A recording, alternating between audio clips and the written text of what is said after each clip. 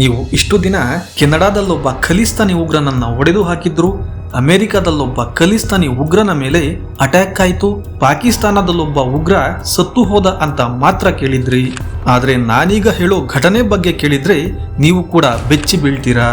ಇವರು ಕೆನಡಾದಲ್ಲಿ ಮಾಡಿದ್ದ 329 ಜನರ ನರಮೇಧ ಎಷ್ಟು ಭೀಕರವಾಗಿತ್ತು ಗೊತ್ತಾ?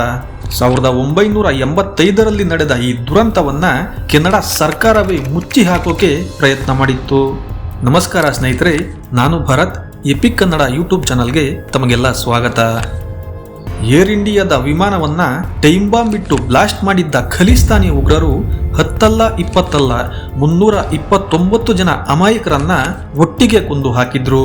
ದುರಂತ ಅಂದ್ರೆ ಈ ಘಟನೆ ನಡೆಯೋ 1 ತಿಂಗಳ ಮೊದಲೇ ಕೆನಡಾದ ಇಂಟೆಲಿಜೆನ್ಸ್ಗೆ ಈ ಬಗ್ಗೆ ಮಾಹಿತಿ ಸಿಕ್ಕಿತ್ತು. ಭಾರತದ ಇಂಟೆಲಿಜೆನ್ಸ್ ಕೂಡ ಅಲ್ಲಿನ ಭಾರತೀಯರಿಗೆ ಭದ್ರತೆ ಕೊಡಿ ಅಂತ ಕೆನಡಾ ಸರ್ಕಾರಕ್ಕೆ ಮನವಿ ಮಾಡಿತ್ತು. ಆದರೆ ಕೆನಡಾ ಮಾತ್ರ ಇದೊಂದು ಸುಳ್ಳು ಸುದ್ದಿ ಅಂತ ನಿರ್ಲಕ್ಷ್ಯ ಮಾಡಿತ್ತು.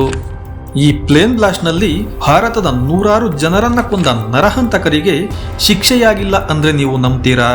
ಅಷ್ಟಕ್ಕೂ ಏನಿದು ಕಾನಿಷ್ಕಾ ವಿಮಾನ ದುರಂತ? ಕೆನಡಾ ಸರ್ಕಾರ ಎಲ್ಲ ಗೊತ್ತಿದ್ರೂ ಕೂಡ ಏಕೆ ಸೈಲೆಂಟ್ ಆಗಿತ್ತು? ಜೂನ್ 23, 1985 ಏರ್ ಇಂಡಿಯಾ ಫ್ಲೈಟ್ 182 ಅಥವಾ ಎಂಪರರ್ ಕಾನಿಷ್ಕಾ ಇದು ಕೆನಡಾದ ಮಾಂಟ್ರಿಯಲ್ ಏರ್ಪೋರ್ಟ್ನಿಂದ ಲಂಡನ್ ಮಾರ್ಗವಾಗಿ ಮುಂಬೈಗೆ ಬರಬೇಕಿತ್ತು. ಆದರೆ ಮಾಂಟ್ರಿಯಲ್ನಿಂದ ಹೊರಟ ಈ ವಿಮಾನ ರಾಡರ್ನಿಂದ ಇದ್ದಕ್ಕಿದ್ದಂತೆ ಕಣ್ಮರೆಯಾಗಿತ್ತು. ಇದು 31,000 ಅಡಿ ಎತ್ತರದಿಂದ ನೇರವಾಗಿ ಅಟ್ಲಾಂಟಿಕ್ ಸಮುದ್ರಕ್ಕೆ ಬೀಳುತ್ತೆ. ಇದರಲ್ಲಿ 86 ಮಕ್ಕಳು ಸೇರಿದಂತೆ 329 ಜನರು ಮಾಂಸದ ಉಂಡೆಗಳಾಗಿ ಹೋಗಿದ್ರು. ಕಾನಿಷ್ಕಾ ವಿಮಾನ ಬ್ಲಾಸ್ಟ್ ಆಗೋಕ್ಕೂ 1 ಗಂಟೆ ಮೊದಲು ಟೋಕಿಯೋದ ಏರ್ಪೋರ್ಟ್ನಲ್ಲಿ ಮತ್ತೊಂದು ಬಾಂಬ್ ಬ್ಲಾಸ್ಟ್ ಆಗಿತ್ತು. ಅಲ್ಲಿ 2 ಸ್ಟಾಫ್ಗಳು ಚಿಂದಿ ಆಗಿದ್ರು. ಈ ದಾಳಿಯ ತನಿಖೆ ನಡೆದಾಗ ಭಾರತ ಸರ್ಕಾರ ಬೆಚ್ಚಿ ಬಿದ್ದಿತ್ತು. ಏಕೆಂದ್ರೆ ಈ 2 ಘಟನೆಗಳಿಗೆ ಒಂದಕ್ಕೊಂದು ಸಂಬಂಧವಿತ್ತು. ಭಾರತವನ್ನ ಟಾರ್ಗೆಟ್ ಮಾಡಿದ್ದ ಬಬ್ಬರ್ ಖಾಲ್ಸಾ ಎಂಬ ಭಯೋತ್ಪಾದಕ ಸಂಘಟನೆ ಒಂದೇ ದಿನ ಏರ್ ಇಂಡಿಯಾದ 2 ವಿಮಾನಗಳನ್ನ ಬ್ಲಾಸ್ಟ್ ಮಾಡೋಕೆ ಸಂಚು ಮಾಡಿತ್ತು. ಕೆನಡಾದಲ್ಲಿರುವ ಭಾರತೀಯರಿಗೆ ಅಪಾಯವಿದೆ ಅಂತ ಕೆಲವು ತಿಂಗಳ ಹಿಂದೆಯೇ ಕೆನಡಿಯನ್ ಇಂಟೆಲಿಜೆನ್ಸ್ಗೆ ಮಾಹಿತಿ ಸಿಕ್ಕಿತ್ತು. ಆದರೆ ಕೆನಡಾ ಮಾತ್ರ ಎಚ್ಚರಿಕೆ ವಹಿಸಲ್ಲ.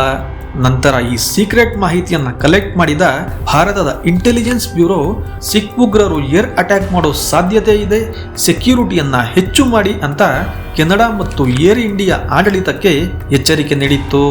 ಆದರೆ ಇಷ್ಟೇ ಆಗಿರಲಿಲ್ಲ. ಬಾಂಬ್ ಬ್ಲಾಸ್ಟ್ಗೂ ಕೆಲವು ದಿನಗಳ ಹಿಂದೆ ಬಬ್ಬರ್ ಖಾಲ್ಸಾ ಅನ್ನೋ ಇಂಟರ್ನ್ಯಾಷನಲ್ ಟೆರರಿಸ್ಟ್ ಗ್ರೂಪ್ನ ಫೌಂಡರ್ ಮತ್ತು ಲೀಡರ್ ಆಗಿದ್ದ ತಲ್ವಿಂದರ್ ಸಿಂಗ್ ಪರ್ಮಾರ್ ಕಾಡಿನಲ್ಲಿ ಬಾಂಬ್ ಟೆಸ್ಟ್ ಮಾಡಿರೋ ಬಗ್ಗೆ ಕೆನಡಾದ ಗುಪ್ತಚರ ಅಧಿಕಾರಿಗಳಿಗೆ ಮಾಹಿತಿ ಸಿಕ್ಕಿತ್ತು. ಆದರೆ ಇವರು ಮಾತ್ರ ಇದನ್ನ ಗನ್ ಫೈರಿಂಗ್ ಅಂತ ತಿಳ್ಕೊಂಡು ಸೈಲೆಂಟ್ ಆಗಿದ್ರು. ಕೆನಡಾದ ಎಲ್ಲ ಏರ್ಪೋರ್ಟ್ಗಳಲ್ಲಿದ್ದ ಡ್ಯಾಗ್ ಸ್ಕ್ವಾಡ್ಗಳನ್ನ ಟ್ರೈನಿಂಗ್ ಅಂತ ನೆಪ ಹೇಳಿ ವ್ಯಾಂಕೋವರ್ಗೆ ಕಳಿಸಲಾಗಿತ್ತು. ಮತ್ತೆ ಟೊರೆಂಟೊ ವಿಮಾನ ನಿಲ್ದಾಣದಲ್ಲಿ ಎಕ್ಸ್ರೇ ಸ್ಕ್ಯಾನರ್ ಕೆಟ್ಟು ಹೋಗಿತ್ತು. ಅಲ್ಲಿನ ಭಾರತೀಯರಿಗೆ ಬೆದರಿಕೆ ಇದೆ ಅಂತ ಗೊತ್ತಿದ್ರೂ ಅಲ್ಲಿನ ಸರ್ಕಾರ ಇದನ್ನ ನೆಗ್ಲೆಕ್ಟ್ ಮಾಡಿದ್ದು ಎಷ್ಟು ಸರಿ? ಜೂನ್ 22, 1985 ಮಧ್ಯಾಹ್ನ 3 ಗಂಟೆ ಮಂಜಿತ್ ಸಿಂಗ್ ಎಂಬ ವ್ಯಕ್ತಿ ವ್ಯಾಂಕೋವರ್ನ ಏರ್ಲೈನ್ಗೆ ಕಾಲ್ ಮಾಡಿ ನನ್ನ ಟಿಕೆಟ್ ಕನ್ಫರ್ಮ್ ಆಗಿದ್ಯಾ ಅಂತ ಕೇಳಿದ್ದ.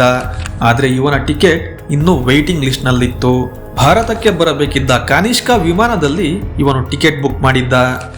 ಈ ಮಂಜಿತ್ ತನ್ನ ಲಗೇಜ್ ಅನ್ನ ನೇರವಾಗಿ ಕಾನಿಷ್ಕಾ ವಿಮಾನದಲ್ಲಿ ಚೆಕ್ ಇನ್ ಮಾಡೋಕೆ ಪ್ಲಾನ್ ಮಾಡಿದ್ದ.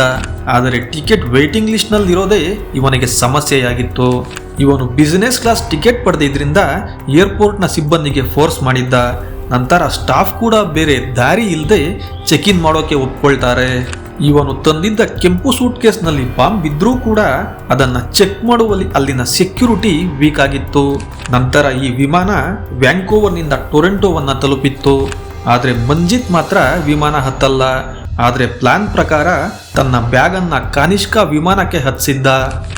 ಈ ಉಗ್ರರು ಯಾವ ರೀತಿ ಪಕ್ಕಾ ಪ್ರೀ ಪ್ಲಾನ್ ಮಾಡಿದ್ರು ಅಂದ್ರೆ ಟೊರೆಂಟೊ ಏರ್ಪೋರ್ಟ್ ನಲ್ಲಿದ್ದ ಎಕ್ಸ್ರೇ ಸ್ಕ್ಯಾನರ್ ಇದ್ದಕ್ಕಿದ್ದಂತೆ ಕೆಟ್ಟು ಹೋಗಿತ್ತು. ಇದರಿಂದ ಏರ್ ಇಂಡಿಯಾ ಸಿಬ್ಬಂದಿ ಕೈಯಲ್ಲಿದ್ದ ಸ್ಕ್ಯಾನರ್ ನಿಂದ ಲಗೇಜ್ ಗಳನ್ನ ಸ್ಕ್ಯಾನ್ ಮಾಡ್ತಿದ್ರು. ಈ ವೇಳೆ ಮಂಜಿತ್ನ ಬ್ಯಾಗ್ ಬಳಿಯಿಂದ ಬೀಪ್ ಸೌಂಡ್ ಕೂಡ ಕೇಳಿ ಬಂದಿತ್ತು. ಆದ್ರೆ ವಿಮಾನ ಲೇಟ್ ಆಗಿದ್ರಿಂದ ಸ್ಕ್ಯಾನ್ ಮಾಡ್ತಿದ್ದ ಸಿಬ್ಬಂದಿ ಇದನ್ನ ನೆಗ್ಲೆಕ್ಟ್ ಮಾಡಿದ್ರು. ನಂತರ ಅಲ್ಲಿಂದ ಹೊರಟ ವಿಮಾನ ಮಾಂಟ್ರಿಯಲ್ ಸೇರಿತ್ತು. ಜೂನ್ 23, 1985. ಸಮಯ ಬೆಳಿಗ್ಗೆ 9 ಗಂಟೆ. ಮಾಂಟ್ರಿಯಲ್ನಿಂದ ಲಂಡನ್ ಕಡೆಗೆ ಹೊರಟಿದ್ದ ಕಾನಿಷ್ಕಾ ರಾಡರ್ನಿಂದ ಇದ್ದಕ್ಕಿದ್ದಂತೆ ಮಾಯವಾಗುತ್ತೆ. ಇದು ಟೇಕ್ ಆಫ್ ಆದ 45 ನಿಮಿಷಗಳಲ್ಲಿ ಅಟ್ಲಾಂಟಿಕ್ ಸಮುದ್ರದ ಮೇಲೆ ಬ್ಲಾಸ್ಟ್ ಆಗಿತ್ತು.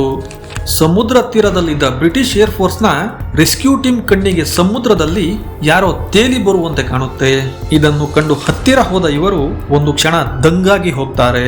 ಏಕೆಂದ್ರೆ ವಿಮಾನದಲ್ಲಿದ್ದ 329 ಜನರ ದೇಹಗಳು ಛಿದ್ರ ಛಿದ್ರವಾಗಿ ಸಮುದ್ರದಲ್ಲಿ ಬಿದ್ದಿದ್ವು. ಇದರಲ್ಲಿ 131 ಜನರ ಶವಗಳು ಮಾತ್ರ ಸಿಕ್ಕರೆ ಉಳಿದ 198 ಮಂದಿಗೆ ಸಮುದ್ರ ಸ್ಮಶಾನವಾಗಿತ್ತು.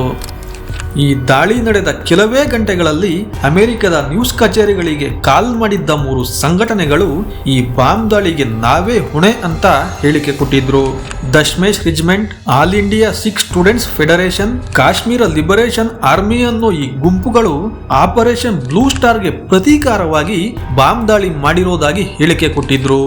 ಇನ್ನು ಆಪರೇಷನ್ ಬ್ಲೂ ಸ್ಟಾರ್ ಅಂದ್ರೆ 1984ರ ಜೂನ್ನಲ್ಲಿ ಅಮೃತ್ಸರದ ಗೋಲ್ಡನ್ ಟೆಂಪಲ್ಗೆ ನುಗ್ಗಿದ್ದ ಭಾರತದ ಸೇನೆ ಅಲ್ಲಿ ಅಡಗಿ ಕುಳಿತಿದ್ದ ಖಲಿಸ್ತಾನ್ ಉಗ್ರ ಜರ್ನೈಲ್ ಸಿಂಗ್ ಭಿಂಡ್ರನ್ವಾಲೆ ಮತ್ತು ಅವನ ಸಹಚರರನ್ನ ಕೊಂದು ಹಾಕಿತ್ತು. ಭಾರತ ಸರ್ಕಾರ ಇದಕ್ಕೆ ಆಪರೇಷನ್ ಬ್ಲೂ ಸ್ಟಾರ್ ಅಂತ ಹೆಸರಿಟ್ಟಿತ್ತು. RCMP ಮತ್ತು ಕೆನಡಿಯನ್ ಸೆಕ್ಯೂರಿಟಿ ಇಂಟೆಲಿಜೆನ್ಸ್ ಈ ಬಾಂಬ್ ದಾಳಿಯ ಇನ್ವೆಸ್ಟಿಗೇಷನ್ ಅನ್ನ ಶುರು ಮಾಡಿದ್ವು. ಆದರೆ ಇದು ಯಾವ ಪ್ರಯೋಜನಕ್ಕೂ ಬರಲಿಲ್ಲ. ನಂತರ ಕೆನಡಾಗೆ ಎಂಟ್ರಿ ಕೊಟ್ಟ ಭಾರತದ CBI ಈ ದಾಳಿಗೆ ಸಂಚು ಮಾಡಿದ್ದ ಶಂಕಿತರನ್ನ ಬಂಧಿಸಿ ವಿಚಾರಣೆ ಮಾಡುತ್ತೆ. ಈ ದಾಳಿ ಮಾಡಿದ್ದು ಬಬ್ಬರ್ ಖಾಲ್ಸಾ ಸಂಘಟನೆ, ಇದರ ಮಾಸ್ಟರ್ ಮೈಂಡ್ ತಲ್ವಿಂದರ್ ಸಿಂಗ್ ಪರ್ಮಾರ್ ಅಂತ ಕೆನಡಾದ ಕೋರ್ಟ್ಗೆ ವರದಿ ಕೊಡುತ್ತೆ. ಆದರೆ ಕೆನಡಾದ ಕೋರ್ಟ್ ಮಾತ್ರ ಇವರಿಗೆ ಸಾಕ್ಷಿ ಹೇಳೋಕೆ ಅವಕಾಶ ಕೊಟ್ಟಿಲ್ಲ.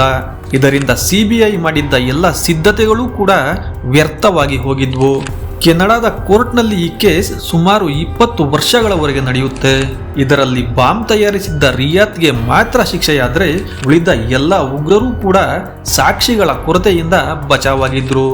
ಕಾನಿಷ್ಕಾ ಬಾಂಬ್ ದಾಳಿಯ ನಂತರ ತಲೆಮರೆಸಿಕೊಂಡಿದ್ದ ಮಾಸ್ಟರ್ ಮೈಂಡ್ ಪರ್ಮಾರ್ 1988ರಲ್ಲಿ ಪಾಕಿಸ್ತಾನಕ್ಕೆ ಬಂದಿದ್ದ.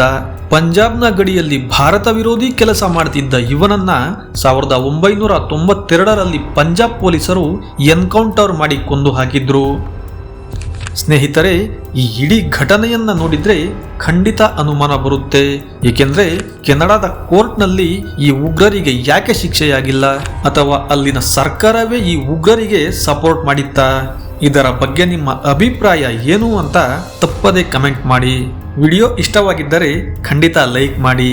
ನಮ್ಮ ಚಾನಲ್ ಅನ್ನು ಸಬ್ಸ್ಕ್ರೈಬ್ ಮಾಡುವ ಮೂಲಕ ನಮಗೆ ಸಪೋರ್ಟ್ ಮಾಡಿ. ಮತ್ತೆ ನಿಮ್ಮ ಭೇಟಿ ಮುಂದಿನ ವಿಡಿಯೋದಲ್ಲಿ.